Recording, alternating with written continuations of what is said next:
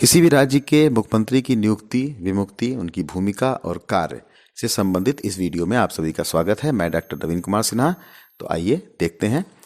भारत के संविधान के भाग 3 के अनुच्छेद 163(1) के अनुसार राज्यपाल को सहायता और सलाह देने के लिए एक मंत्रिपरिषद होगी, जिसका प्रधान मुख्यमंत्री होगा। मुख्यमंत्री राज्य सरकार का वास्तविक प्रमुख होता है और केंद्र में जो प्रधानमंत्री की भूमिका होती है, उसी प्रकार राज्य में मुख्यमंत्री भी होते हैं। राज्यपाल राज्य का संवैधानिक प्रमुख होता है, परंतु राज्य शासन का वास्तविक कर्ताधर्ता मुख्यमंत्री ही होता है। राजनीतिक सूझबूझ, दूरदर्शिता, नियोजन शक्ति, प्रशासनिक क्षमता, पर्यवेक्षण कुशलता, टीम भावना, अभिप्रेरणा, प्रगतिशीलता और विकास उन्मुखता के साथ साथ नेतृत्व जैसे गुण किसी भी मुख्यमंत्री की सफलता के लिए आवश्यक तत्व बन जाते हैं। मुख्यमंत्री की नियुक्ति के बारे में अगर बात करें तो भारत के संविधान के भाग 3 के अनुच्छेद 164(1) के अनुसार मुख्यमंत्री की नियुक्ति राज्यपाल के द्वारा की जाती है और अन्य मंत्रियों की नियुक्ति राज्यपाल मुख्यमंत्री के परामर्श पर करते हैं। मंत्री राज्यपाल के प्रसाद पर्यंत ही अपने पद पर रहते हैं। मुख्यमंत्री को राज्य विधानसभा में बहुमत दल का सदस्य होना चाहिए। विधानसभा में किसी राजनीतिक दल के पूर्ण बहुमत होने की दशा में राज्यपाल के पास उस दल के नेता को मंत्रिमंडल गठन करने के लिए आमंत्रित करना होता है। यदि कोई व्यक्ति किसी सदन का सदस्य नहीं है, तब भी मुख्यमंत्री बन सकता है, लेकिन मात्र 6 माह के लिए। इस बीच विधायिका का सदस्य न होने की दशा में उन्हें अपना पद रिक्त करना होता है। मुख्यमंत्री को निम्न सदन का सदस्य होना चाहिए। जिन राज्यों में द्विसदनीय व्यवस्था है, उच्च सदन के सदस्य को मनोनीत करने में भी कोई बाधा नहीं होती है। मुख्यमंत्री की नियुक्ति में विशेष परिस्थितियों में राज्यपाल को स्वविवेक का पालन भी करना पड़ता है, जैसे मुख्यमंत्री के द्वारा त्यागपत्र दिया जाना, चाहे वो व्यक्तिगत कारणों से हो या बहुमत समाप्त हो जाने की स्थिति में हो। दूसरा, विधानसभा में सरकार के खिलाफ अविश्वास प्रस्ताव पास हो जाए, मुख्यमंत्री की कार्यकाल के दौरान आकस्मिक मृत्यु होने पर, मंत्रिमंडल को उच्च नेतृत्व के आदेश पर भंग किए जाने पर, निर्वाचन के पश्चात विधायिका में किसी दल के स्पष्ट बहुमत न होने की स्थिति में राज्यपाल स्वविवेक से मुख्यमंत्री की नियुक्ति करते हैं।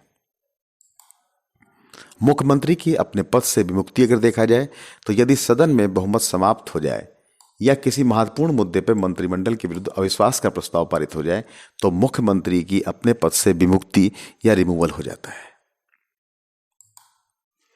अब हम देखते हैं मुख्यमंत्री की भूमिका और कार्य के बारे में। तो मंत्रिमंडल की नियुक्ति से संबंधित अगर उसकी भूमिका को देखें तो मुख्यमंत्री की नियुक्ति राज्यपाल के द्वारा होती है और अन्य मंत्रियों की नियुक्ति राज्यपाल मुख्यमंत्री के परामर्श पर करते हैं। मुख्यमंत्री व मंत्रिमंडल विधायिका के प्रति उत्तरदायी होते हैं। व्यवहारिक रूप से मंत्रिमंडल के सदस्यों की नियुक्ति मुख्यमंत्री द्वारा की जाती है और राज्यपाल से उन नामों की सहमति की अपेक्षा की जाती है।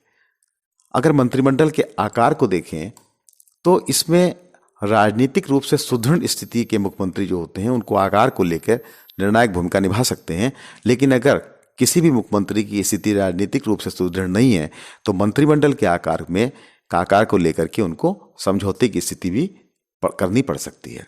विभागों में फेरबदल करना या उनका वितरण करना भी मुख्यमंत्री की भूमिका और कार्य में होता है और इसके लिए जो दल के वरिष्ठ और विश्वासपात्र सदस्य हैं या राज्य के विभिन्न क्षेत्र हैं, विभिन्न जातियां जैसे अनुसूचित जाति, जनजाति, पिछड़े वर्ग और महिलाओं का पर्याप्त प्रतिनिधित्व, इन सब चीज़ों को लेकर के विभागों का वितरण भी किया जाता है और फेरबदल भी किया जाता है।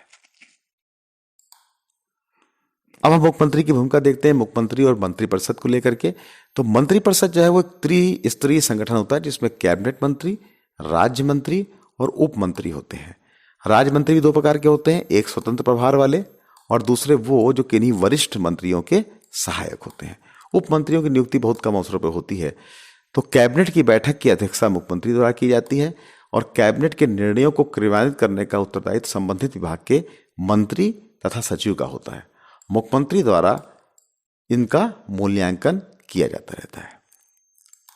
अब अगर हम देखें मुख्यमंत्री और राज्यपाल के बारे में तो संविधान के भाग 3 के अनुच्छेद 167 के क, ख, ग में जो व्यवस्था की गई है उसमें किसी भी राज्य के मुख्यमंत्री का एक कर्तव्य होगा कि राज्य के कार्यों के प्रशासन तथा विधान संबंधी विनिश्चय राज्यपाल को सूचित करें, राज्यपाल द्वारा मांगी गई जानकारी प्रदान करें और ऐसे किसी विषय जिसमें किसी मंत्री ने मंत्रिपरिषद के विचार के विनिश्चय कर दिया हो, राज्यपाल द्वारा अपेक्षा किए जाने पर वो परिषद के समक्ष विचार के लिए रखा जाए।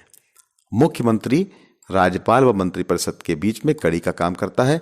मुख्यमंत्री मंत्रिमंडल में लिए गए निर्णय की सूचना राज्यपाल को देते हैं। राज्यपाल यदि उन निर्णयों से सहमत नहीं है तो उन्हें पुनर्विचार के लिए वापस कर देते हैं, परंतु दोबारा प्रस्ताव राज्यपाल के पास आने पर उन्हें सहमति प्रदान करनी होती है। अब हम देखें मुख्यमंत्री और विधायिका के बारे में, तो मुख्यमंत्री मंत्रिपरिषद और विधायिका के बीच में कड़ी के रूप में कार्य करते हैं। मुख्यमंत्री विधानसभा के विश्वास प्राप्त करने तक ही अपने पद पर रह सकते हैं। विधानसभा में जो भी वित्तीय या गैर वित्तीय विधेयक रखे जाते हैं उसमें मंत्रिमंडल, जिनका नेतृत्व मुख्यमंत्री में होता है, द्वारा स्वीकृत होने चाहिए।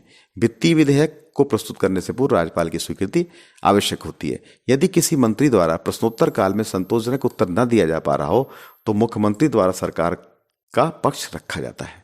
राज्यपाल द्वारा जारी किए गए अध्यादेश मुख्यमंत्री और मंत्रिमंडल द्वारा ही स्वीकृत किए जाते हैं। मुख्यमंत्री को अपने दल के सदस्यों के साथ साथ विरोधी दल के विधायकों की भावनाओं का भी ध्यान रखना पड़ता है। एक प्रशासक के रूप में मुख्यमंत्री की भूमिका को अगर हम देखें तो मंत्रिमंडल व मंत्रिपरिषद के माध्यम से विभिन्न विभागों में तालमेल व समन्वय स्थापित करना, कुछ शासकीय विभाग जो प्रशासनिक समन्वय के लिए सर्वोच्च होते हैं उनको प्रत्यक्ष रूप से अपने पास रखना, विभागों के फेरबदल करके दल के लोगों को पुरस्कृत करना और प्रभाव को कम करने के उद्देश्य से विभाग में फेरबदल किया जाता है। अर्थात जो अच्छा काम करते हैं उनको पुरस्कृत करना और अगर किसी के द्वारा काम न किया जा रहा हो तो उनसे उनके प्रभाव को कम करने के लिए विभागों में फेरबदल किया जाता है। मुख्यमंत्री अन्य मंत्रियों एवं लोक सेवकों में सौहार्दपूर्ण संबंध स्थापित होना, लोक सेवकों द्वारा नीति निर्माण के लिए आवश्यक सूचना व आंकड़े प्रस्तुत करना व नीति निर्माण के पश्चात नीतियों को कार्य रूप में परिणित करना, ये दो महत्वपूर्ण काम होते हैं। अर्थात सूचना को प्रस्तुत करना जिसके आधार पर नीति निर्माण हो और नीति निर्माण के बाद उसको कार्य रूप में परिणित करना, ये जो है लोक सेवकों का जो कार्य है उसमें भी मुख्यमंत्री की भूमिका महत्वपूर्ण होती है। किसी भी राज्य के शासन व प्रशासन की कुशलता और प्रभाविकता उस राज्य के मुख्यमंत्री के व्यक्तित्व व दक्षता पर निर्भर करती है। मुख्यमंत्री का अपना एक सचिवालय भी होता है। मुख्यमंत्री की सहायता के लिए योग्य और कुशल प्रशासकों का समूह होता है। मुख्यमंत्री सचिवालय का कार्य यह देखना होता है कि जो मुख्यमंत्री द्वारा दिए गए निर्देशों का पालन है वो सही तरीके से हो रहा है कि नहीं हो रहा है। सचिवालय में सचिव, उनकी सहायता के लिए उप सचिव, विशेषाधिकारी, प्रेस सलाहकार, जनसंपर्क अधिकारी होते हैं। मुख्यमंत्री के सचिवालय में मुख्यमंत्री की यात्राओं और पत्राचार की देखभाल के लिए भी वो उत्तरदायी होते हैं। तो किसी भी राज्य के शासन और प्रशासन की कुशलता और प्रभाविता उस राज्य के मुख्यमंत्री के व्यक्तित्व और दक्षता पर निर्भर करती है। राजनीतिक सूझबूझ, दूरदर्शिता, नियोजन आदि जैसे गुण किसी भी मुख्यमंत्री को अपने राज्य को सार्थक व प्रभावशाली नेतृत्व प्रदान करने में सक्षम होते हैं। तो आज हमने देखा कि जो मुख्यमंत्री हैं उनकी राज्य में क्या स्थिति है, उनकी नियुक्ति विमुक्ति किस प्रकार से होती है और उनकी क्या भूमिका है। तो आशा है कि आपको ये वीडियो पसंद आया होगा।